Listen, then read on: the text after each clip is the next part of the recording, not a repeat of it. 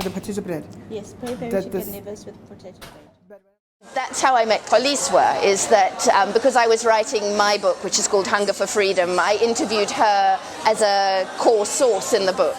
And in that process, she said, you know, I also want to write a book. And I said to her, I can't give you all my recipes because I've got a dream. She was interested in my dream, and I told her that I would like to have a recipe book one day. And then she said to me, here I am, I can help you. And she did immediately. 5 years later, there is our baby. So yeah, that's how they are two books sort of within the same broad theme. But Xolis is it's a lovely personal kind of anecdotal book of recipes, whereas mine is effectively a biography.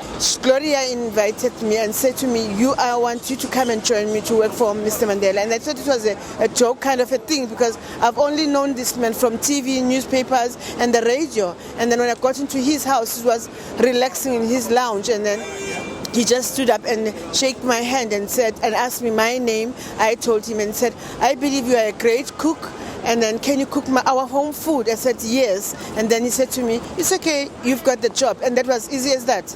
It didn't take me too long to be interviewed by him.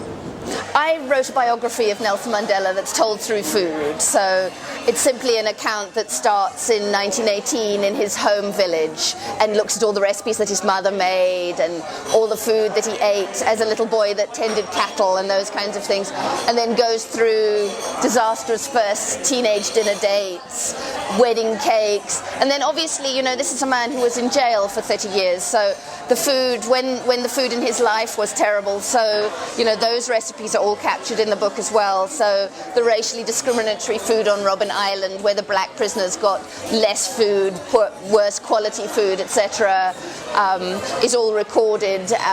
When they were punished by the prison authorities and put into the prison isolation cells, the recipes for those punishment meals is all there.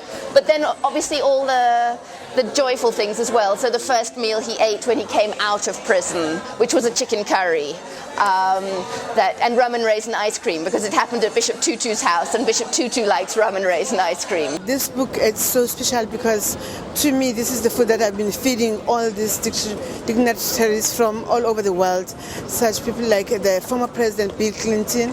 And then I said to myself, I have to share what I've been feeding him and his family, and to share with other people. And then that's why I come up with this dream of having my own book. You can say I love you with food, you can say I hate you with food. That the prison warders on Robben Island, which is effectively South Africa's Alcatraz, it's a prison on an island that Nelson Mandela was incarcerated in for a very long time, were, for instance, urinating into the food, the prisoners' food, quite often. And nothing says I hate you as much as urinating in the food. But at the same time, you know, that my book is full of the meals that Winnie Mandela made him when they were first married, and they were just so in love. And he goes on writing to her in prison about those meals and about the memories of that time. So all those letters are in the book. Lately he likes sweets, because you'll be serving the grandchildren on the table, like malva pudding and the ice cream. And then because he's been a person who's been healthy conscious, telling us that you mustn't eat too much sweets and all this for your teeth and for your health. But now lately you just go and look at the table and see that you are serving the malva pudding with the ice cream, and you'll go and say, what is that we are serving them, darling? And then you'll be telling him, he said, can I have a taste? Meanwhile, it's not a taste, it's just the finishing off a dish of it, yes.